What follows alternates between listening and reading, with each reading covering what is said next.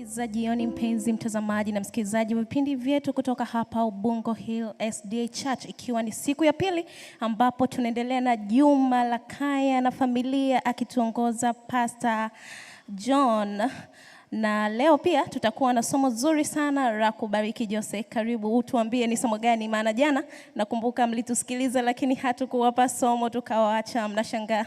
Na siku ya leo mchungaji Peter John anaendelea na somo la jana ambalo lilikuwa nasema ubaba, yani fatherhood.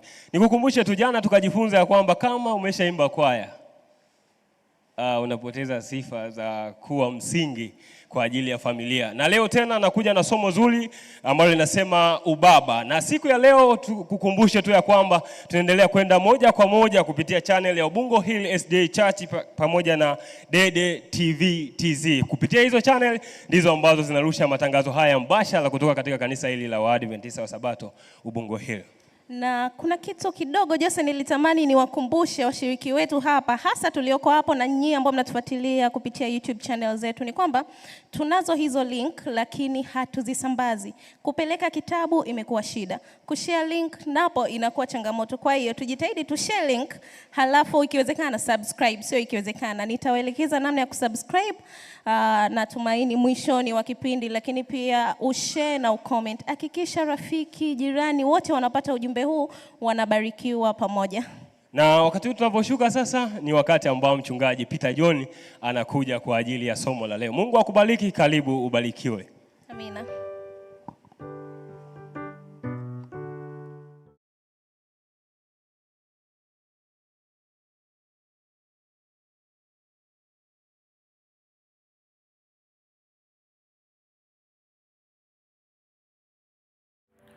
Wangapi tulikuwa wote jana? Nione mikono ya wale ambao tulikuwa wote.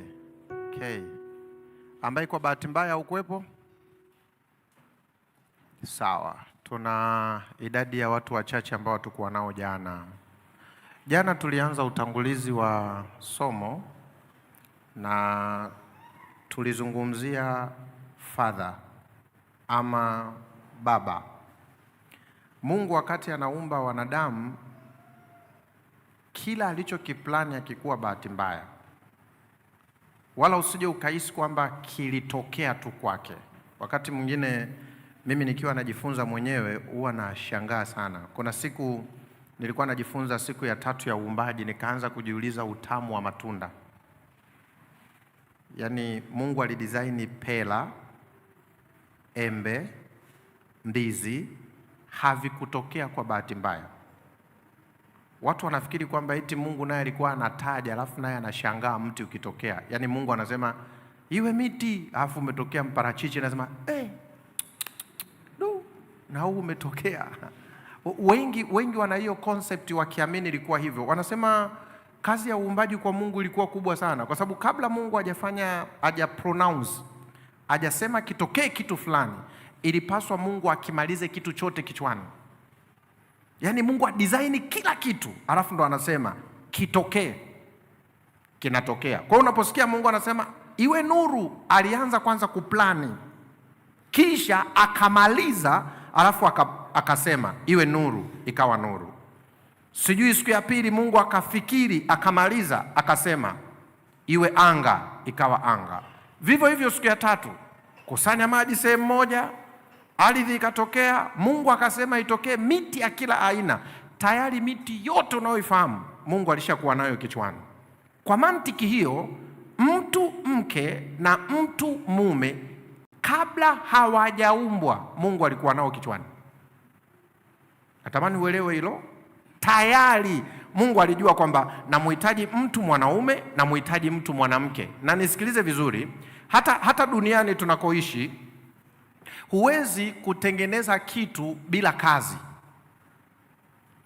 Kinachosababisha kitu kitengenezwe ni kazi, na kazi kitakachofanya hicho kitu ndio kinakipa hicho kitu umbile.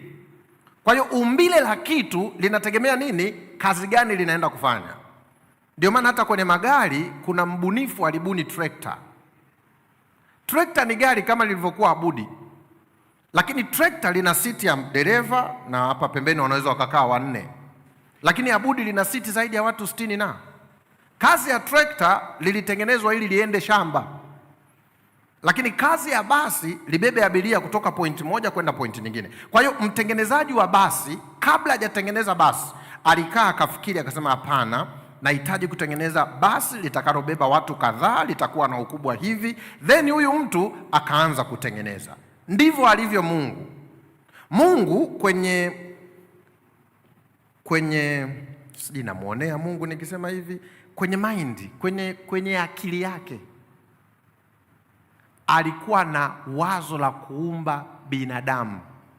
Mungu hakutaka kuumba binadamu mmoja. Mungu alikuwa anataka binadamu wengi. Lakini kuna neno moja la Kiingereza zuri linasema, kwa Kiswahili wanasema Mungu wetu sio wa instant, sio wa ghafla. Yaani Mungu vitu havitokei ghafla, vina process ya kutokea. Ni kweli Mungu anataka watu wengi, yani anataka millions of people. Lakini katika mpango wake wa uumbaji, Mungu akatengeneza foundation. Nataka watu wengi, lakini katika watu wengi naanza na yupi atakayesaidia watu wengine wote wapatikane kutoka kwa huyo. Mungu akaanza na mwanaume. Napenda lugha ya Kiingereza, ukisoma Biblia ina maneno matatu. Neno la kwanza ina neno linaitwa man, M-A-N. Kiswahili tunaweza kusema mtu. Lakini nisikilize vizuri, mtu hana jinsia. Sijui nimeeleweka? Hapa sasa hivi nikisema hivi, mtu mmoja aje, akija mwanamke amekosea, akija mwanaume amekosea, utakubaliana na mimi neno mtu halina jinsia. Ukitaka kutenganisha jinsia utaanza kusema hivi, mtu mke, mtu mume. Wenzetu wazungu nimeona wanasema man female na kuna man male. Nisikilize vizuri ninakokwenda. Wakati Mungu ana design taifa, Mungu anasema hivi, nahitaji taifa, lakini taifa nalotaka nilitengeneze, mtu wa kwanza atakaye kuwa responsible, atakayebeba taifa zima ni mwanaume. Wanaume wenzangu mliokuweko hapa, wanaume kwa Mungu, nilikuwa nasoma leo nikiwa njiani, I was shocked kugundua kwamba kitu kikubwa sana alichopewa mwanaume ambacho ni special kuliko, kwa sababu mwanaume ndiye source and sustainer wa binadamu wote duniani. Rudi kwenye Biblia yako. Mungu katika Mwanzo 1 fungu la 26, msomaji hatutasoma, linasema hivi, Mungu akasema na tumfanye mtu kwa mfano, kwa sura.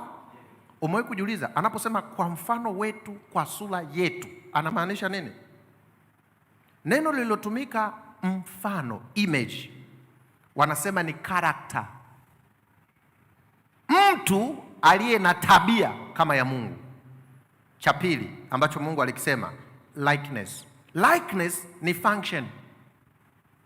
Kwa hiyo Mungu anasema hivi, tumtengeneze mtu aliye na tabia yetu na atakayefanya kazi kama sisi. Mungu yeye anafanyaje? Mungu yeye ni baba, anazaa. Anazaaje? Kwa kuumba, kwa sababu jinsia amezidesign yeye. Kwa hiyo yeye hana haja ya jinsia. Kwa hiyo cha kwanza, Mungu anazaa ama anazalisha. Ndio maana akasema hivi, namuumba mtu. Kwa hiyo ukienda kwenye Biblia yako ukasoma kitabu cha Mwanzo 5 fungu la kwanza na kuendelea, utagundua baba yake na Adamu ni Mungu, kwa sababu Mungu alimzaa Adamu. Alimzaaje? Biblia inasema hivi, Mungu alichukua mavumbi ya ardhi, akatengeneza lisanamu, akampulizia pumzi, Adamu akafumbua macho, akawa nafsi hai. Maana yake nini? Mungu baba akamuumba baba. Weka hiyo kitu kichwani usisahau. Baba akamuumba baba. Mungu ni baba yake na Adamu. Alafu Mungu anamwamini Adamu na anampa wadhifa wake. Sijui kama hichi kitu kimeingia kichwani mwako. Mungu anampa mwanaume title yake. Mimi watoto wangu hawaitwi Christina Shoma, wanaitwa Christina Peter. Unafikiri Adamu anaitwaje? Babake na Adamu anaitwa nani? Kwa hiyo Adamu, jina la babake kama angeandikishwa shule angekuwa anaitwa Adamu Mungu. Kama tuko pamoja nipungie mkono. Mtoto wa Adamu yule mwanamke mama yetu Eva, naye alikuwa anaitwa Eva Adamu. Ninaogopa kuambia hivi, mwanaume anapokosea akosei yeye na generation inakosea. Sijui kama hii point umeielewa vizuri. Mimi Pastor Peter leo nimebeba generation. Ndio maana Adamu alivyozingua kwenye bustani ya Eden karibu mpaka sisi leo, kwa sababu Adamu ni foundation. Wanaume nisikilizeni vizuri. Wewe ndio msingi. Ukitokea tu crack, jengo limefanyaje? Sasa hebu tuende kwenye crack. Ikitokea ufa likitokea ufa kwenye foundation, maana yake generation yote imefanya nini? Imeharibika. Kwa hiyo mwanaume asiyefaa akioa mwanamke anayefaa, maana yake ni nini? Asikiliza hii hatari. Msingi wa matope, alafu juu umenyanyua na tofali. Hiyo nyumba lazima ifanyeje? Lazima ianguke. Kwa nini? Kuna msingi, foundation ni matope. Hata kama matofali ya juu yatakuwa ya block, tena umeweka na nondo na kokoto, lakini kwa sababu foundation haiko salama, ukijenga juu inaanguka. Na ndio maana binti ambayo hujaolewa, be careful kupata mume. Kuwa makini sana kupata mume, kwa sababu mwanaume ndio anadetermine the next generation. Mwanamke adetermine. Msomaji, nisomee kitabu cha Wakorinto wa kwanza 11 mpaka 12. Naomba na wale watu nilioomba kwa mfano. Wakorinto wa kwanza 11 mpaka 12 inasema, lakini katika Bwana si mwanamke pasipo mwanamume. Lakini katika Bwana si mwanamke pasipo mwanaume, wala mwanamume pasipo mwanamke. Changamkeni kidogo. Maana kama mwanamke alitoka katika mwanamume, vile vile tujae hapa. Endelea na kusikia, mtu wa Mungu. Vile vile mwanamume naye huzaliwa na mwanamke, na vitu vyote asili yake kutoka kwa Mungu. Ishia hapo. Nani amesikiliza kati anasoma? Mbinguni mbali. Okay, nasema summary ya fungu alilolisema. Mwanamke alitoka kwa mwanaume na mwanaume alitoka kwa mwanamke. Chill, usinitangulie, twende tu taratibu. Wa kwanza aliyesababisha mwanamke atokee ni mwanaume. Sasa mimi nazungumzia function in creation, usije ukachanganya. Nazungumzia kazi katika uumbaji, sizungumzii kazi katika matokeo ya uumbaji. Kama tuko pamoja nipungie mkono. Ngoja nikuonyeshe tofauti uone. Kazi katika uumbaji, kazi katika uumbaji.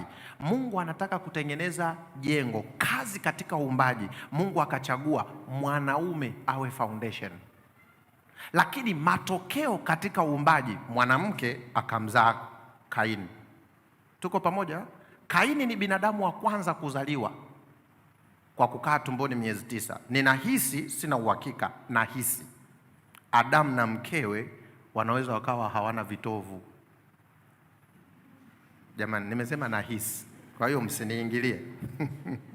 Nahisi, sina nini?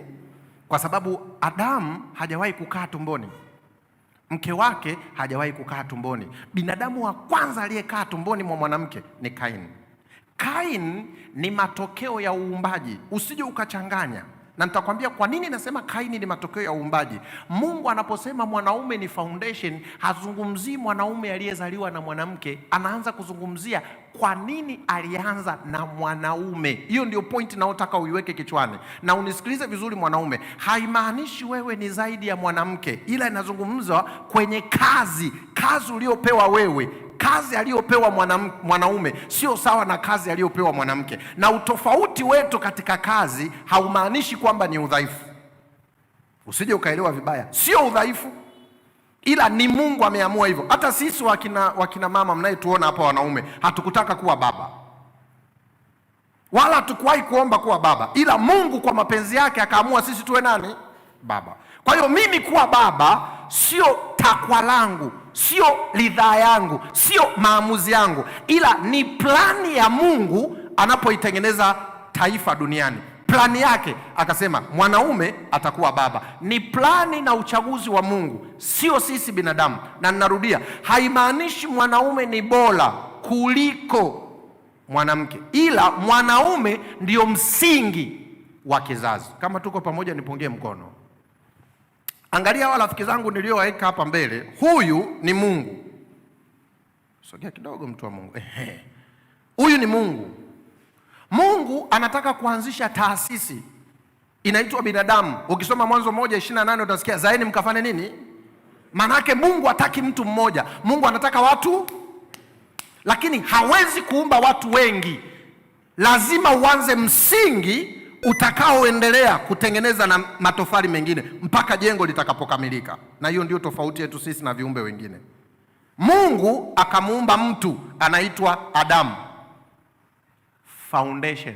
Geukia huko, mtu wa Mungu. Huu ni msingi ambapo Mungu anataka juu ya huu msingi aegemeze vitu vingine vyote. Ngoja nikunong'oneze kitu ambacho hujui. Unafahamu kwamba siku Adamu anaumbwa na wewe uliumbwa, ila ulikuwa kwenye kiuno cha nani? Hello? Let me go deeper. Ngoja nikusurprise. Unafahamu kwamba mwanamke hana mbegu za uzazi? Pastor, unamaanisha nini? Pastor analijua hili. Lugha ya Kiebrania wanaposema Mungu akachukua ubavu, lile neno lilotumika pale linatafsiriwa seli. Mwanaume ana seli ngapi za uzazi? Mwanaume ana seli ngapi za uzazi? Ana X na sisi wanaume ikachukuliwa X yetu ili azaliwe nani? Mwanamke. Mwanamke hana mbegu, ila hata hizo mnazosema anazo ni zetu. Sijui kama tunaenda pamoja, kwa sababu zilitoka kwa nani? Kwetu. Kwa mimi nikiwasikia wanawake eti tunataka hakize ipi hivi, na si wanaume tukiamua tunataka eksi zetu. Lakini sikiliza tofauti ya mwanamke na mwanaume.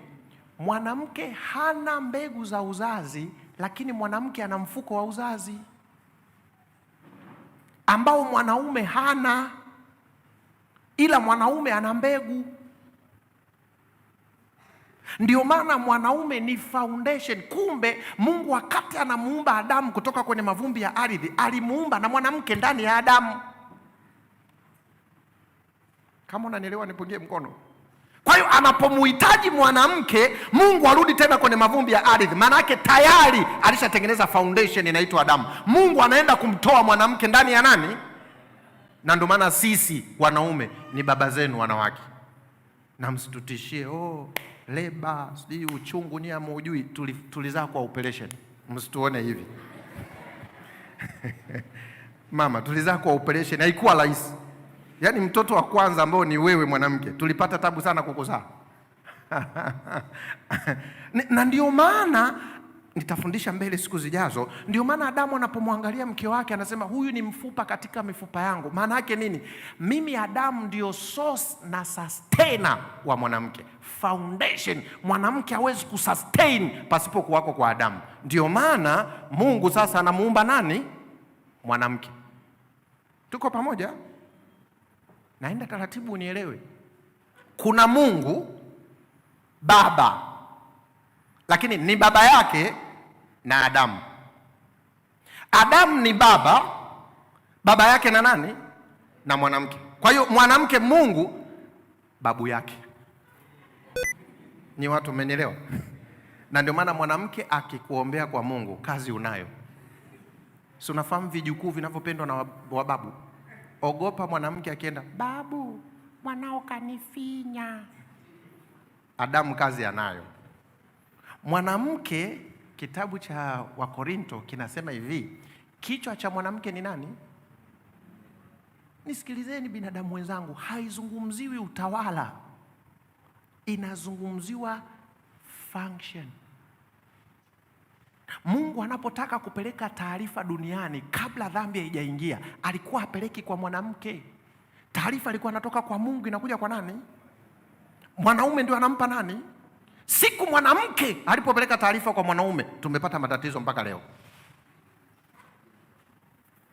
Na nisikilize, ni wakina mama, nikijifunzaga na familia yangu wa masomo, wakati mwingine mke wangu anakuwa na maswali, kwa mume wangu mnatuonaje sisi wanawake? Si wa underestimate, si washushi viwango. Hiki ninachokizungumzia hapa ni plani ya Mungu. Hata sisi wanaume hatukutaka. Yuko hapa alitaka yawe kichwa cha mwanamke anyoshe mkono? Ni Mungu alidesign hivyo. Mungu anasema hivi, mimi Mungu nitafanya mawasiliano na Adamu. Kwa nini? Huyu nimemchagua awe baba, source and sustainer. Mimi Mungu ni chanzo cha mwanaume, mwanaume anapaswa kuwa chanzo cha mwanamke, na kizazi kitakachofanya nini? Na ndio maana narudia tena, leo dunia haidili sana na mwanamke. Mwanamke ni mwanga wa matokeo ya wanaume walioharibiwa. Mimi naangaliaga, sijui kama nanyi mnaangaliaga, umewahi kukuta tangazo la gari linauzwa si ndio? Umewahi kuona matangazo, poster zinatengenezwa za gari linauzwa? Kwa nini kuna mwanamke wanamwekaga mbele ana nguo zote ila amevaa shoe peke yake? Na utakuta amekaa mbele ya gari kakaa hivi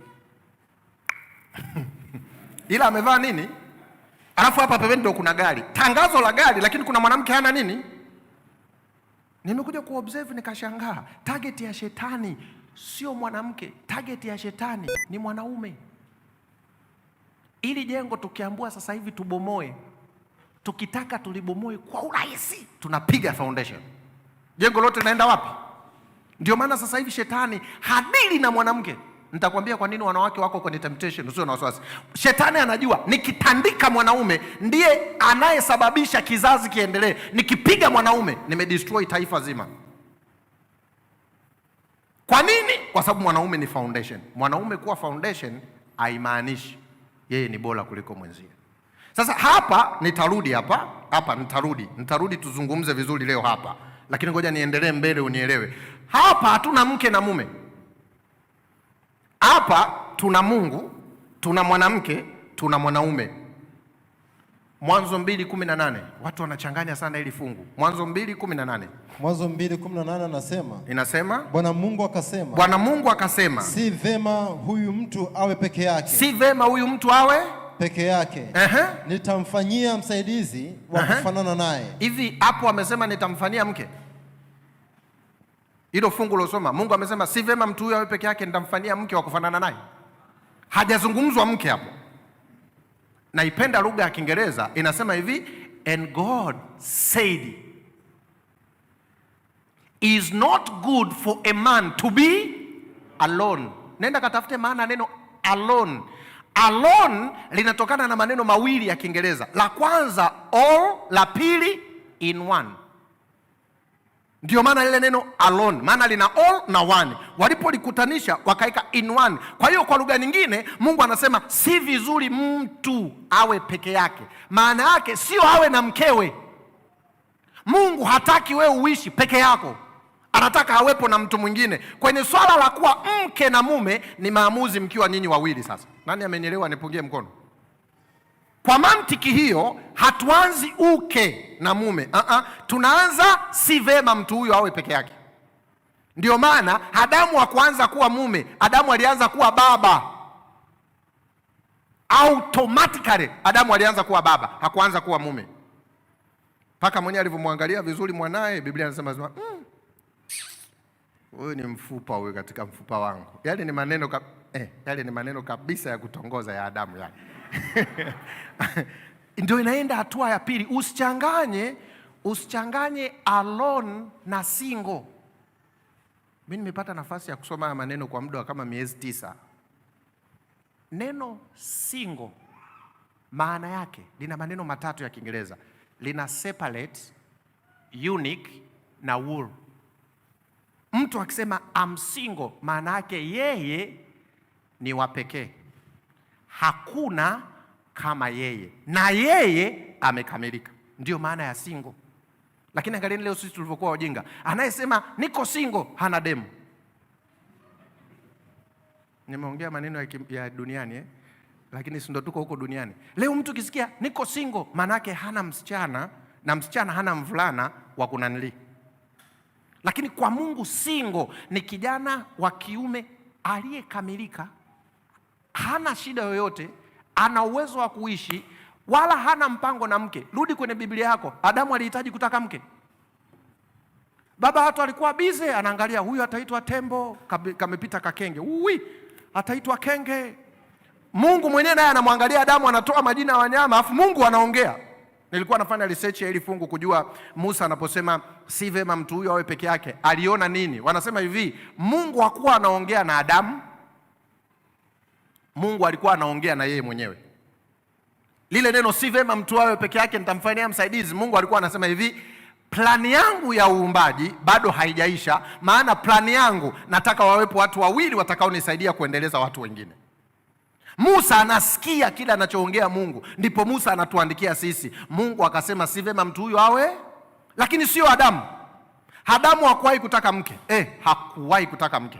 Wala alikuwa ajui kwamba kuna mwanamke. Tena kama Adamu angetaka mwenzie, angemfuata Mungu kumwambia Bwana niumbie mwenzangu. Wewe unafikiri Adamu angemjua kuna mwanamke? Adamu angesema niumbie mwamba. Kwa sababu Adamu anajiona yeye, hajui kwamba kuna binadamu kama yeye ataumbwa, ila yeye ana chakula cha watoto kikubwa. Hajui kwamba mwanamke atakuwa na maumbile tofauti naye. Adamu hajui chochote kuhusu hicho. Adamu anachojua kakamilika, hana mapungufu, yuko busy. Angalia, ana mahusiano na Mungu na anafanya shughuli zake, hajioni mpweke, hajioni anahitaji chochote na shughuli zinaenda. Mungu alipomwangalia Adamu, Mungu kamwangalia Adamu, akasema sasa Adamu yuko qualified. Ndipo Mungu akasema si vema mtu huyo awe. Lakini sisi bwana leo tunajaribu wenyewe. Una kinotebook unaandika kabisa velo.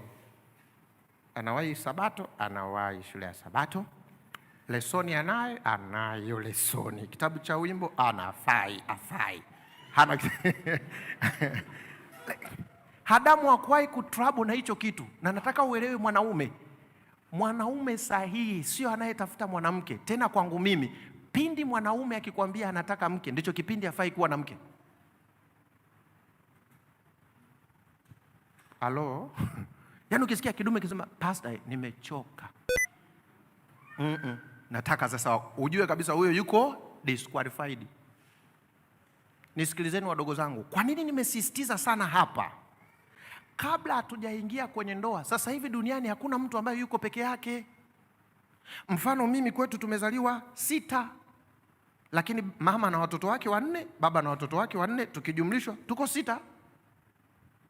Nishakuchanganya hapo ulipo. Haya. Mama alikuwa na watoto wake 2 kabla ya kukutana na baba. Baba naye alikuwa na watoto wake wangapi? Kwa hiyo baba na 2 wa kwake peke yake, mama na 2 wa kwake peke yake. Walipokutana wakanizaa mimi na dadangu. Jumla wangapi hao? Haya, kila mmoja na watoto wangapi?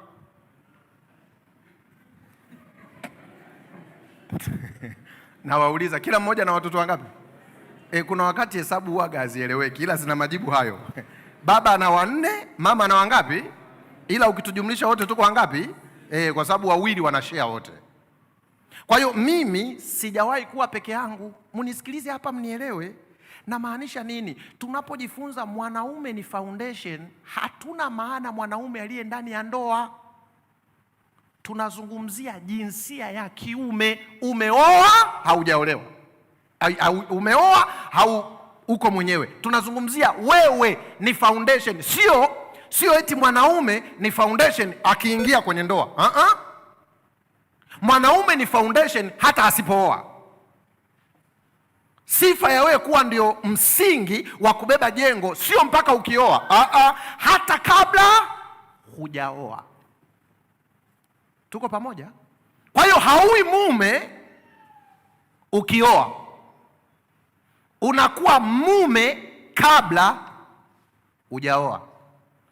Unakuwaje mume? Ili Mungu akuachie wewe uwe foundation. Wanaotengeneza haya majengo huwa wanayajaribu. Yaani wakitengeneza foundation wana vipimo na kuna wakaguzi wanakuja. Je, hii foundation inaweza kubeba ghorofa ngapi juu? Hili huyu mwanaume hawezi kuwa foundation, lazima ajaribiwe. Kwa hiyo mwanaume anachokitengeneza kwenye maisha yake ni character. Tabia ipi? Sio tabia yake. Anatengeneza tabia ya nani? Sasa nisikilize. Huyu hajaoa bado. Lakini hapa alipo hajaoa, Biblia inamwambia usizini. Hazini sio kwa sababu wanawake hawapo. Azini kwa sababu ana mahusiano mazuri na nani? Nani ananielewa? Kijana uliokuweko hapa wa kiume, kabla hujaoa, unazini au uzini? Niangalie, mbona mniangalie mnaja? Kabla haujaoa unazini au uzini? Maana yake nini? Kijana wa kiume anayezini kabla hajaoa, maana yake yeye mwenyewe hapa alipo, foundation yake huyu Adamu sio tena Mungu. Foundation yake ni nani? Shetani. Tuko pamoja? Ngoja nimchukue mmoja awe shetani. Mungu toka kidogo, nenda pembeni. Foundation ikiwa shetani, sikiliza hii point usisahau. Shetani hajamuumba mwanaume. Shetani ni kiumbe aliyeumbwa, hajui siri ya wanaume ni nini. Shetani anakumisuse, hakutumii unavyotakiwa. Mimi natoaga mfano wa kweli, wenye magari mtakubaliana na mimi. Unavyoliendesha gari lako sio sawa na ukiendesha la mwenzako. Naongopa. Yaani hata mimi inanikutaga hiyo. Gari langu kwenye shimo na ngataga hadi meno. Yaani naingia kwenye shimo kidogo, lakini la mwenzangu unakuta unatia tu gia, bwana we twende. Iko hivyo. Shetani anapomshika mwanaume hamuendeshi inavyotakiwa, kwa sababu haijui product. Sio yeye aliyoitengeneza. Kwa hiyo shetani ana instruct anavyotaka yeye. Kwa hiyo kijana wa kiume pindi anapofanya ngono kabla ya kuoa, maana yake sio tena foundation, hapaswi kubeba generation. Kwa mantiki hiyo, wadada mliokuweko hapa, usiolewe na mwanaume kwa sababu ana nyumba. Kuna mwanaume ana nyumba lakini foundation yake sio Mungu. Kuna mwanaume ana gari zuri lakini foundation yake sio Mungu. Kuna mwanaume ni msomi PhD holder, mimi ni mchungaji, lakini nyumbani kwake ndoa shida. Sifa ya mwanaume sahihi utakayeweza kujengwa juu yake ni mwanaume ambaye foundation yake huyo mwanaume ni nani? Na foundation ikiwa Mungu, huyu mwanaume halali na wewe mpaka siku ya anayetaka kukuoa vipi? Mna miezi mingapi ya uchumba? Hapo ulipokaa saizi, anayetaka kukuoa. Mna miezi 6 Mmeimba kwaya mkuimba? Mnisamee, naongea ukweli mbele ya Mungu. Mwanaume aliyekulala kabla hajakuoa, maana yake hamheshimu nani? Nikuulize swali, asiyemheshimu Mungu aliyeshika oksijeni yake, atakuheshimu wewe? Mabinti nakuuliza, kama Mungu ambaye akiniambia hivi, Pastor Peter kufa chali, huyo sijamheshimu. Ananiambia usizini, naambia ulisema 7 mara 70. Kuna mafungu kwenye Biblia. Mungu anasema usizini, wewe unamkumbusha, ila samee 7 naenda kufanya huo ujinga. Nikishamaliza namshtua, mwamba, huu mwili ni wa dhambi bwana, unaujua wewe mwenyewe. Tusameane bwana, maisha yafanyeje? Lakini bila kujua, kipindi unapofanya ngono kabla ya kuoa, maana yake umedistract character. Maana yake ya pili, foundation inaufa. Foundation ikiwa naufa, jengo linafanyaje? Yaani mimi Pastor Kiombile sijui, lakini nafikiri imefika wakati hawa vijana wa kiume hawa tuwafunde. Kule kwetu Dodoma kuna wakati tunaendaga polini kabisa kufundwa. Tusipokuwa macho kuwekeza kwa vijana wa kiume, trust me, kizazi kinachokuja ni kibaya sana. Kwa sababu mwanaume yoyote ambaye foundation yake sio Mungu, nitakuja kukufundisha mbeleni. Ndio maana leo watu wanavutiwa. Leo ujiulize kwa nini tuna single parent wengi. Leo mwanaume anaona fahari kufyatulisha watoto ambao halei. Leo ukija kwenye ma-TV, watu maarufu Tanzania ndio wanapromote kuwa single mother. Leo mdada anakaa mbele za watu kabisa sema, mimi mwanaume anitishi. Kama kazi ninayo, gari ninayo, nikitaka watoto nazaa. Mimi sihitaji mwanaume. Hahitaji mwanaume, lakini anao wangapi? Anao na nilinao. Yaani akija hapa, mwanaume anitishi, mimi simuhitaji. Akishuka hapa usiku, kaenda kwa mwanaume huyo huyo. Anazini ila hana mume. Kibiblia tayari foundation imefanyaje? Nisikilizeni wadogo zangu, wazazi wangu na wakubwa wenzangu. Ndoa haianzi mke na mume. Trust me, ndoa inaanza hapa kabla hawajaoana. Huyu mwanaume anamheshimu Mungu. Huyu mwanaume akimheshimu Mungu, huyu dada akiolewa na huyu mwanaume atakuwa salama. Kwa sababu anaye control kwa huyu mwanaume ni mbingu. Kama mbingu inamcontrol, manake she will be fine. Ngoja niwaambie, mnaziona hizi ndoa zinazokuja kanisani hizi? Kuna wakati wakiwa kwenye gari mule ndo wanaambiana, wakipaki pale unaambia tumefika kanisani. Mambo yako siyataki. Kwa hiyo wakishuka hapo wanatutishia, unaona wanapendana, kumbe wanatuigizia. Nasikia paka wanafutianaga benchi. Baby, kaa. Ibada kisha wakiingia kwenye gari, sogea huko, usinishike, usinishike.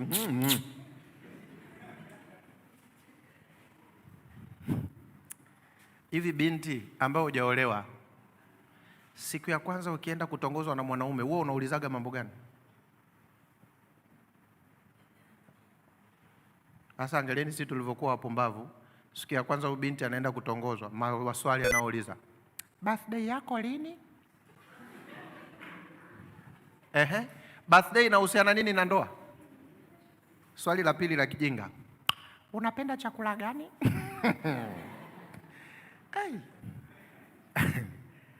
Ngoja niwaambie kitu ambacho ulikuwa hujui, kijue leo. Hakuna interview ngumu sana duniani kama interview ya kutongozwa,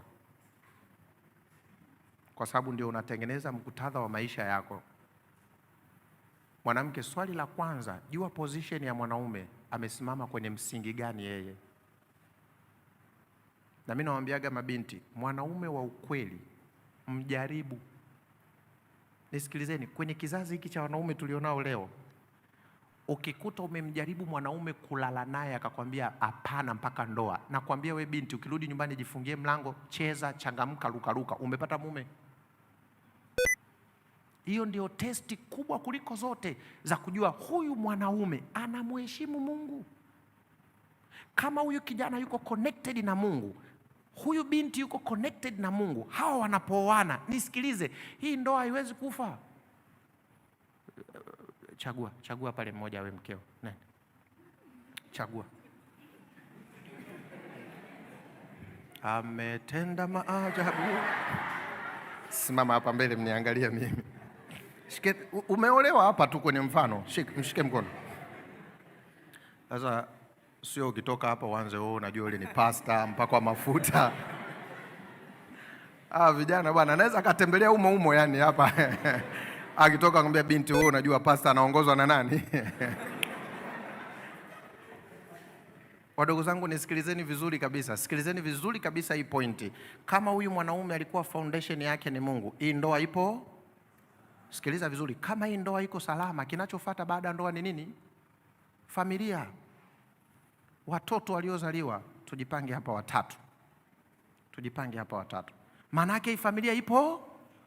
Sikiliza vizuri, kama hii familia iko salama, kinachofuata ni nini? Community. Jamii, si ndio? Maana yake jamii iko acha jamii. Baada ya jamii kinachofuata ni nini? Taifa. Tanzania lipo. Sasa angalia, taifa likiwa limeharibika, hatutatui taifa. Shida sio kwenye nini? Tunakuja kwenye community. Shida sio nini? Tunakuja kwenye familia. Shida sio nini? Tunakuja kwenye ndoa. Shida sio nini? Tunakuja kwa mmoja binafsi hapa. Shida ndipo tutakapoitafuta. Sisi hapa kanisani tulivyokaa sasa hivi, si ni community? Humu ndani kuna aina ngapi za watu? Humu ndani kuna aina ngapi za watu? 2. Mwanamke na. Ukiona kanisa liko corrupted, ukiona ndani ya kanisa kuna shida, shida sio community. Tukitafuta tutagundua shida iko wapi. Mnisamee, naongea ukweli kabisa. Kila kwenye tatizo la ndoa, shida iko hapa. Wanawake hawana shida, nitakufundisha hapa siku zijazo utashangaa. Shida iko wapi? Kama tukijenga hapa vizuri, hili lote litashikiliwa. Leo ukiona polisi mkorofi ukienda kituoni, ujue shida haiko polisi pale. Haipo pale. Shida iko wapi? Hapa. Huyu baba akiwa tu mshenzi, ndoa yake inakuwa ya kishenzi, watoto wao wanakuwa washenzi, community inakuwa shenzi, taifa linakuwa.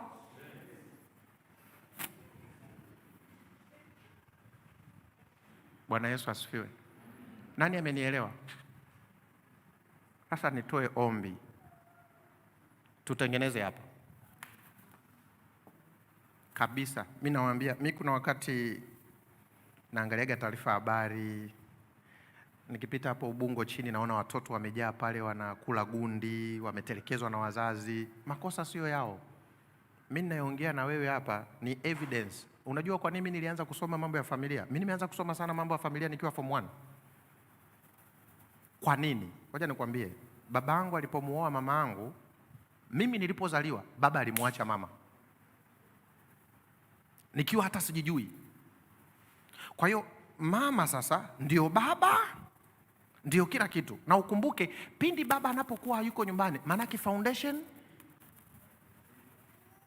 Mama yuko busy ahangaike sisi tule, tuvae, tayari sisi nyumbani tukaanza kuwa watoto wa ovyo. Mimi unayeniona hapa, mimi nilikuwa muizi mimi. Yaani ukiniacha sebuleni kwako dakika 2 na kuibia. Mimi unayoniona hapa nilikuwa mvuta bangi. Sisemi kwa nia mbaya, na ndugu zangu wananifuatiliaga kwenye mitandao. Sisi hatuna umoja wa familia tuliozaliwa tumbo moja. Mara ya mwisho tumeonana wote nafika hata miaka 20. Hatujawahi kukutana wote as a family hivi. Kosa sio letu. Kosa ni wazazi. Mimi nilipokuwa form 2 nikakaa nikasema no, sihitaji kitu kitokee kwenye maisha yangu. Nikiwa form 1 nikaanza kujifunza. Form 2 nikapanga mpaka idadi ya watoto. Nilikaa mwenyewe nikaanza kutengeneza familia yangu. Niko form 2. Sijui hata namuoa nani. Kile ambacho wazazi wangu walikosea, mimi sijakosea. Familia yangu tuna unity. Nashukuru Mungu kwa watoto nilionao. Nashukuru Mungu kwa mke niliye naye, kwa sababu niliamua mimi kwamba nimejifunza makosa ya foundation, then I'm correcting myself. Kwa hiyo kijana uliokuwa hapa, correct yourself. Haijalishi umezaliwa kwenye familia gani. Sasa nimekupa tu mfano. Mimi pia nimekwambia nilikuwa muizi, navuta bangi, na waibia akina mama kwenye pochi mkiwa mnagombea gari, lakini kosa alikuwa langu. Kosa foundation alitelekeza mji. Kilichotokea generation, kizazi chake, tukaanza kuwa kenge. Nisikilize vizuri. Umewahi kusikia ng'ombe kazaa chura? Wewe kama kenge utazaa? Iko hivyo. Mungu wangu, ngoja niseme kitu kibaya ujisikie vibaya. Kama mume wako mume aliyekuoa kabla ya kukuoa alilala na wewe, maana yake amheshimu Mungu. Kama aliweza kulala na wewe kabla hajakuoa, kinamshinda nini kulala na mwanamke mwingine akiwa kakuoa? Nakuuliza, nini kinamshinda? Kabla sijakuoa nimekulala, maana yake simheshimu nani? Nikikuoa tuko ndani wawili, nalala na mwingine pia. Maana tabia yangu ya kuto kumheshimu Mungu haibadilishi na wewe kuwa mke wangu. Maana wewe uliapa kuambatana na kamalaya fulani hivi, makini kabisa. Maana kalikulala kabla akaja kuoa. Kwa mantiki hiyo, unapoingia naye kwenye ndoa, umeingia na muhuni. Na ndio maana unakinywea leo kwenye ndoa. Tena Mungu anisamee.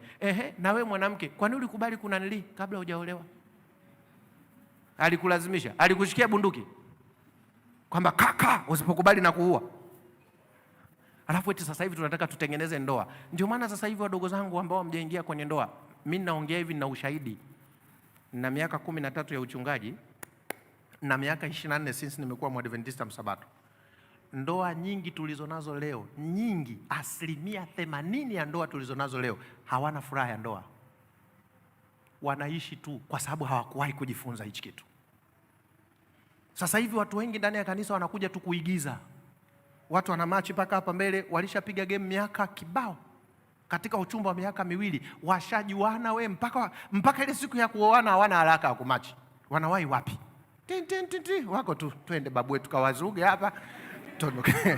Tondoke zetu. Wakija hapa mbele wamesimama, wanaapa tu, mimi namtoa huyu mwanaume muaminifu aliyejichunga na kujitunza.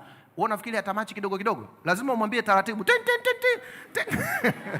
Ana haraka. Lakini siku hizi hicho kitu tumepoteza. Alafu angalieni mitandao ya kijamii, nyimbo tunazosikiliza, matamasha tulionayo, audience duniani ina distract watu kuliko wanavyofikiria. Mimi naogopa sana hii kizazi hichi. Ukienda TikTok, 90% ya TikTok wana promote ngono. Instagram, 1% kubwa ya vitu vinavyotumwa mule ni ngono. Ukikaa ukaangalia, binti hana nguo, kavaa tu hiki, anacheza, mwanaume uko destroyed. Nisikilize mwanaume, pindi wewe unapopata ufa, jengo litaanguka. Kuanzia sasa, usiruhusu kila kitu ukione. Jiwekee limiti. Wewe ni foundation, unabeba kizazi kingine. Ukiingia TikTok, kufuata kilichokupeleka. Leo kijana anakaa na simu yake masaa 4. Yuko TikTok. Anachoangalia ni useless. Hakimsaidia hata kitu hichi. Bila yeye kujua, ana destroy character. Na yeye ni foundation. Anapoharibu yeye tabia yake, huyu mwanamke hayuko salama. Kwa nini hayuko salama? Kakutana na mwanaume ambaye nyuma yuko nani? Njoo shetani baba. Tayari huyu mama hayuko salama. Usalama wa mwanamke unategemea mwanaume yuko kwenye foundation gani. Ndio maana nawaambia wanawake, mwanamke sio kila mwanaume anafaa kuwa mumeo. Be careful. Achana na hizi fashion. Hayo magari unaona nje ni mabati. Angalia mwanaume mwenye misingi aliyekuwepo, ambaye Mungu ndiye foundation ya huyo mwanaume. Niamini mimi, utaenjoy ndoa. Lakini siku hizo wadada, una gari? Huko anang'ata kucha. Una gari? Nayo. Unafanya kazi gani? Mimi niko TRA. Hapo sawa, tuoane. Unaolewa na TRA na gari. Huyo mtu unamjua ni wa aina gani? Nani amenielewa anipungie mkono? Naomba leo tuishie hapa. Asanteni sana wadogo zangu. Naomba nitoe ushauri. Mnaweza kwenda tu, asanteni na kesho tena. Naomba nitoe ushauri. Vijana wa kiume, wakina dada tutazungumza huko, lakini mimi najua wanaume wakishakuwa salama, wakina dada mtakuwa salama. Kwa sababu hebu imagine vijana wote waliokuwa hapa wa kiume wanaanza kuishi makusudi ya Mungu. Kuna dada ambaye atachezewa ndani ya kanisa? Kwa sababu hawa vijana ni baba, watakuwa protector, wataanza kuwalinda wanawake. Na wanawake mtakuwa kwenye mikono salama. Lakini kama kijana wa kiume yuko kwenye mikono ya Mungu, trust me, jiandaeni, kazi mnayo. Mimi niwaombe, niombe kanisa la Ubungo Hill. Hebu vijana, let us change our mindset. Shetani ameishika hii dunia, mimi mpaka naogopa. Mnafahamu tamthilia? Sehemu kubwa tamthilia nazungumzia nini? Mapenzi. Na ukitoka hapo unataka yale mapenzi ya tamthilia yatokee wapi? Kwako. Wale wanaigiza. Mwanaume aligombana na mwanamke, yule mwanamke akakasirika, akakimbilia akakimbilia baharini, akawa anaangalia bahari. Ghafla yule kijana wa kiume akatokea nyuma yake, akamkumbatia. Eti na wewe umegombana na wakwako, mimi nakwambia unakimbia baharini.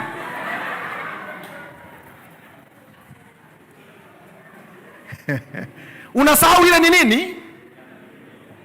Hebu tusiishi kwenye assumption. Trust me, tuishi kwenye real life. Hebu kuanzia leo usiishi kwenye maigizo, ishi kwenye maisha hasi. Eti leo mtu kaona mtu sijui kwenye hizo tamthilia, amelia, amepewa leso, naye yuko mbele ya mchumba wake, kidume kimekazana, pole, ndo unipi leso. Kisa umeona kwenye nini? Mimi niombe, hebu anza kuishi maisha halisi. Mwanaume, anza kujitathmini mwenyewe, tengeneza mahusiano yako na Mungu, jiwekee limiti. Unapojiengage kwenye mahusiano, mfanye yule mwanamke hata awe proud na wewe. Mfanye yule mwanamke aone amepata bahati. Mfanye yule mwanamke aone wewe ni dhahabu. Lakini leo ndani ya kanisa, kijana wa kiume na kijana wa kike wanalala wote, na asubuhi wako hapa, na mmoja ni muimbishaji, yuko hapa mbele, piga bada, na jana hajalala kwao, afu kako hapa mbele, na huyo aliyelala naye hapa kanisani anamwambia mwenzie ili akujue. Utakuta anamkanyaga. Wale wanakuwa yeye kushoto, wa kwanza, wa pili, wa tatu, kwisha. Wewe mwenyewe uko hapa, Yesu ameniokoa. Jamaa anaambia wa kwanza, wa pili, wangapi? Kwisha. Hivi unafikiri mtoto wa kike hiyo ni fahari kwako? Ni disrespect. Mimi niwaombe, hebu thamini mwili wako. Hakuna kitu kikubwa duniani unachopaswa uinvest kuliko kitu chochote kama mwili wako. Lakini leo mtu ana uwezo wa kukupa mwili wake, ila hawezi kukupa simu. Yaani binadamu mimi nafikiri tumekuwa zaidi ya machizi. Eti simu, chombo kilichotengenezwa na binadamu, hakupi. Hii ni simu, inapaswa hadi kila mtu na simu yake. Ila mwili wake anafanyaje? Kwa hiyo mwili hauna thamani, simu ina nini? Mimi niwaombe mabinti mliokuweko hapa, kuanzia leo anza kukuza thamani yako. Kijana wa kiume, anza kukuza thamani yako. Alafu jijue kabisa, yani weka akilini mwako hivi, najizungumzia mimi, na mimi ni mtu. Kuna wakati nikiwa tempted na dhambi, concept kubwa inayokuja kichwani inaniambia hivi, mimi ni source and sustainer. Kosa nalolifanya mimi halina matokeo kwangu tu, lina matokeo na kizazi kinacho iko tu kinanifanya no, I can't do this. Hapana, siwezi kufanya hichi kitu. Kwa nini? Mungu ananitegemea kutoka kwa Pastor Peter John atengeneze generation itakayokuwa baraka duniani, na kwa sababu hiyo siwezi kumwangusha Mungu. Naomba vijana wa kiume, na waomba, anza kuishi maisha hayo. Jiwekee limits. Ukienda kwenye social media, jiwekee limit. Hiki sihitaji, hiki nitaona, hiki sitaki, hiki nitaangalia. Ukiweka misingi hiyo, maana yake unajimold kuwa na mahusiano na Mungu, na pasipo wewe kujua, pindi unapojimold kuwa na mahusiano na Mungu, automatically kuna kabinti katoto kama mzee Nanli kanaandaliwa mume salama. Kako huko Geza Ulole, hakajui chochote. Lakini wewe mwanaume unapoinvest, yule binti yuko salama. Angalia kinachotokea. Mwanaume alimzaa mwanamke kwa operation. Sikiliza vizuri. Mwanaume akiwa mwaminifu kwa Mungu, akakutana na mwanamke, mtoto wa kiume atakayezaliwa na huyu mwanamke atakuwa mume bora. Kwa sababu baba yake yuko kwenye foundation ambayo ni nani? Maana yake mbegu inayozalishwa inamzaa kijana mzuri wa future kwa kizazi kinachokuja. Kwa sababu gani? Baba alikuwa mwaminifu, mama alikuwa mwaminifu, wamelea mtoto katika misingi bora. Huyu mtoto aliyezaliwa naye atakuwa baraka kwa mtoto mwingine na mtoto mwingine na mtoto mwingine. Hilo ni ombi kwa vijana wa kiume na wa kike. Na mimi niwahakikishie wadogo zangu, tuna uwezo wa kuishi duniani na tukaishi tofauti na wanavyoishi duniani. Tuinamishe vichwa tuombe. Yesu, asante tena kwa ajili ya leo. Haya masomo yasiwe bure, na kusii sana wasifurahie tu kufahamu ukweli. Hebu naomba vijana wa kiume walionisikia leo kwenye mtandao, walionisikia leo ndani ya kanisa, Roho wako Mtakatifu aguse dhamiri za mioyo yao. Onyesha jukumu kubwa na imani Mungu ulioiweka ndani yao. Umetuchagua sisi kuwa misingi ya kubeba jengo. Msaidie kila kijana wa kiume akageuza uso wake kukutafuta wewe. na tutakapokutafuta wewe kwa uaminifu, wanawake wakaishi katika maisha ya furaha, maana watakuwa mikononi salama, na kizazi kitakachozaliwa kutoka kwetu kikawe baraka kwenye ulimwengu. Ninaamini Yesu, Roho wako Mtakatifu ataendelea kunena na kila mmoja, na kwa wakati unaokupendeza tufanye kuwa watu wa tofauti. Katika jina lako Yesu tumeomba, amen. Mungu awabariki.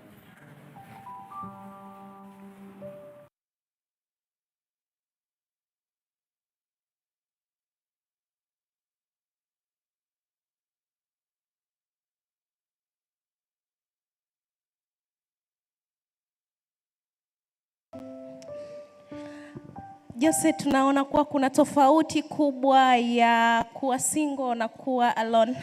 Na natumaini wengi hapa tumekuwa tukiwaona wakisema niko single, na natumaini na wewe ni mmoja wapo, au uko alone? Kabla sijajibu, kuna wale ambao wanasema niko alone but single.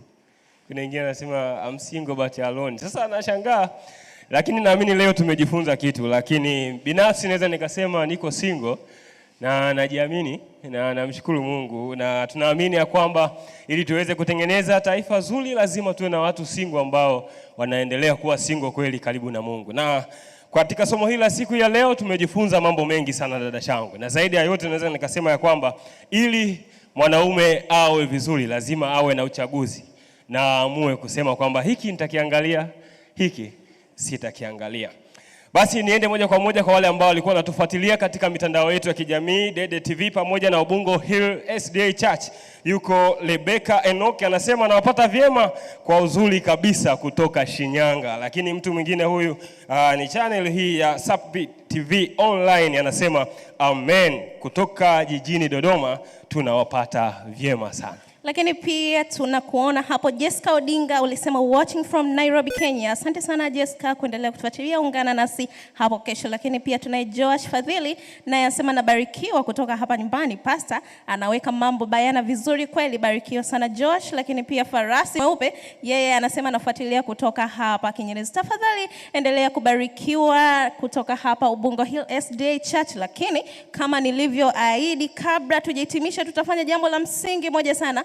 Wale wote ambao tuko na smartphone, naomba tuinue simu zetu juu. Pale ambapo unatuangalia kule kutoka hapa kwenye viwanja vyetu vya Ubungo Hill hapa live, naomba pia fuatilia hizi hatua. Wote tuna simu hapa kanisani, naomba nitambue wote ambao tuko na smartphones. Sasa kwenye simu yako naomba ufungue, washe data na ingia sehemu ya YouTube. Pale utafuata link yetu au andika Ubungo Hill SDA Church live, then utaiona hapo channel yetu na vipindi vya leo. Kisha upande wako wa kushoto utaona kitufe cha kengele. Kibonyeze kile kitufe, utakuwa umesubscribe na itakusaidia kupata matangazo yetu kutoka hapa kanisani mapema kuliko mtu yoyote. Na hii ni njia ambayo ili kwamba tukiingia tu online tukianza masomo haya basi utakuwa wa kwanza kuyapata. Nikukumbushe tu ya kwamba ni Juma la Kaya na Familia kutoka katika viwanja hivi vya kanisa la Waadventista wa Sabato Ubungo Hill. Kwa niaba ya wote ambao walikuwa wanafanikisha matangazo haya, ulikuwa nami Joseph Alfred Komba pamoja na Shangwe Crowd. Endelea kubarikiwa, tukutane kesho jioni mida kama tulioanza siku ya leo. Barikiwa. Amen.